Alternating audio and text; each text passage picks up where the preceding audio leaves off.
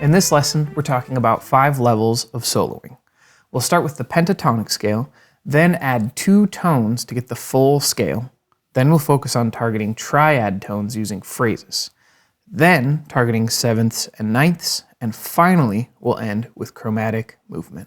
There are many approaches to soloing, but I thought these 5 levels would give you some interesting insights and fun things to practice. In my video called the pentatonic scale, I explained how you can use your first finger to play a minor pentatonic scale,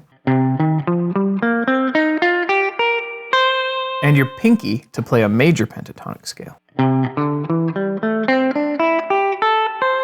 This is the first way many people learn how to solo, to find the correct pentatonic scale for a given song and noodle around. What makes a scale the correct one to use is that the key of the scale matches the key of the song. In other words, if the song is in the key of C major, play a C major pentatonic scale. Or if it's in the key of F sharp minor, play an F sharp minor pentatonic scale.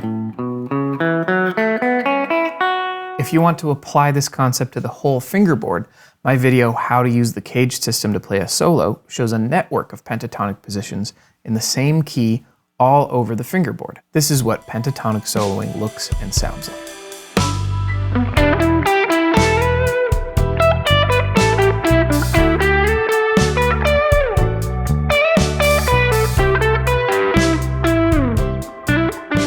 The weird thing about pentatonic scales is that they're a skeleton of a full major or minor scale. As the name suggests, a pentatonic scale has only 5 tones, but a full major or minor scale has 7.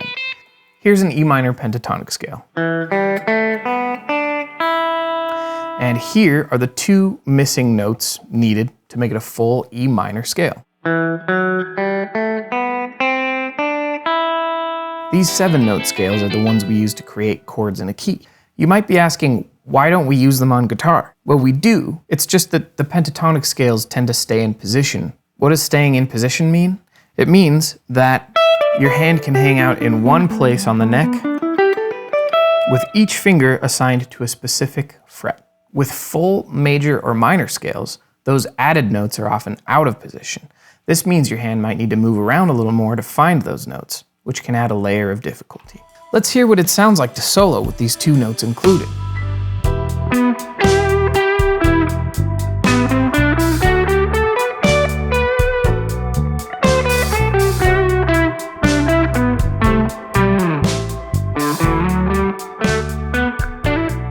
It usually sounds great to include these extra notes, but sometimes it can sound wonky, and this is where we run into the most important concept and biggest hurdle of soloing, and that is targeting or accenting chord tones. When you're in a key, like the key of C, or the key of B minor, the full scale is used to create a set of chords. When we use notes from a chosen scale to build a chord progression, we're playing chords in a key. A chord progression like E minor, D, C, D is in the key of E minor because each chord only uses notes from an E minor scale. We can't include a chord like B flat major because even though D is in the scale, the B flat and F that make up a B flat major chord are not in the scale, so that chord is not in the key of E minor. Here's a jam track in E minor that uses this E minor, D, C, D chord progression. See how the purple notes of the chords never go outside the green notes of the E minor scale? That means the chord progression is in the key of E minor. So how do we solo over this? Well, this kind of thing requires a lot more practice, but the more you practice, the easier it gets to hear the changes and focus on chord tones. Think of it like this. 1, always start on a chord tone. So here's a chord tone, here's a chord tone, here's a chord tone, here's a chord tone. 2, if you move through the scale, keep going until you arrive on another chord tone. So something like that, or even, there you go. I started on E, I ended on G. 3, if you want to skip notes, only skip to another chord tone. So if I'm starting on E here, I can jump to B, And then I could walk to another note, so I could go, there we go. Or if I start on B here, I could jump down to E. Or I could jump down and then walk up. There we go. That's the idea. Keep in mind, the chord tone you choose must be from the chord happening at the moment. You don't want to accent the notes in the E minor chord while the D chord is playing, and you don't want to accent the notes in the D chord while the C chord is playing. On the website I mentioned earlier, you'll find some jam tracks to help you practice making phrases over single chords, like I just did, before you try it over the jam track with 3 chords. Keep in mind that this kind of thing takes a lot more practice than just playing a scale over a jam track, so don't beat yourself up if you find it really difficult. Here's what it sounds like to really focus on and accent chord tones while you're playing a solo.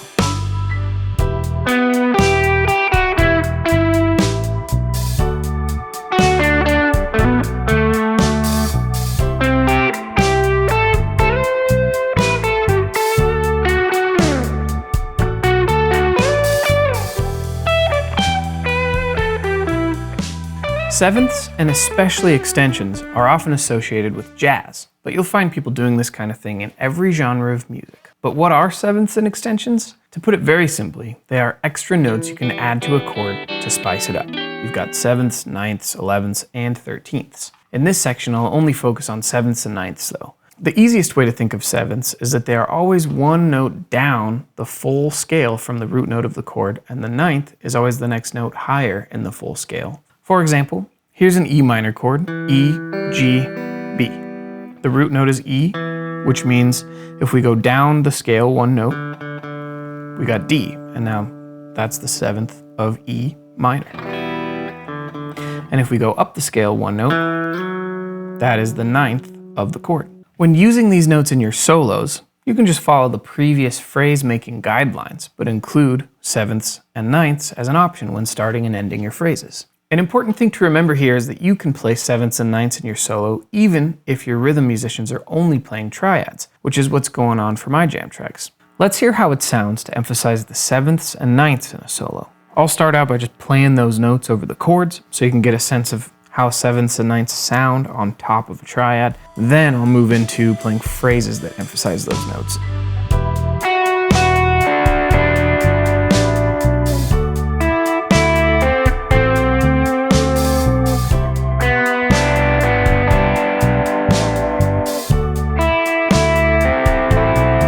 Okay.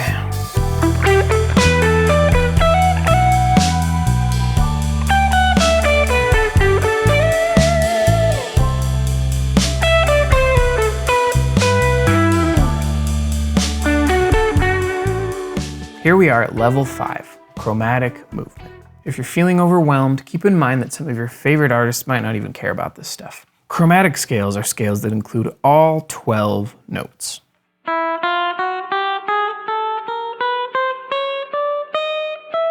We'll focus on chromatic movement though, which just means we'll be moving in half steps sometimes.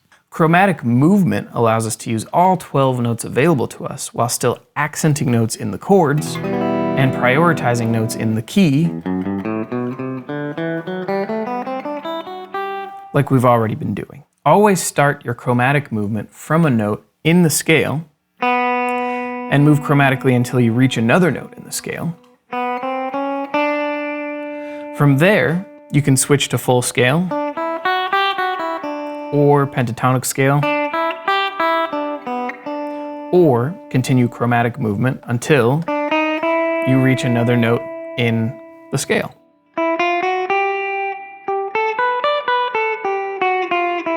These guidelines can be added on top of the more general phrase-making guidelines from earlier.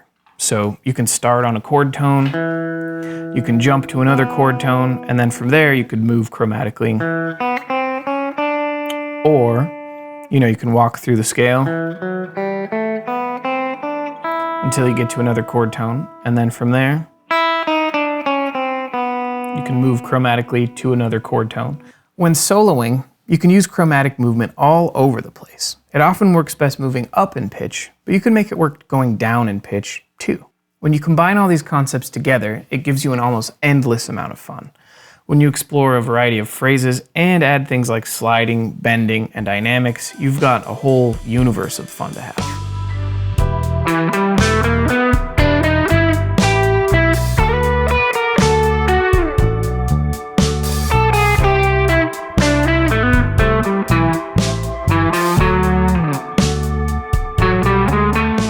If you liked this video, feel free to like and subscribe, maybe leave me a comment. And if you really like this video, I think you might like my online school. At the moment, I've got, I think, almost 200 lessons uploaded so far. It's a place for you to not just learn music theory and not just learn how to apply it to the guitar, but also how to use the guitar and music theory together to create and express yourself. And if that sounds like you, come check out my school. I think you'll really like it. Anyway, thanks for watching and happy practicing. Take care.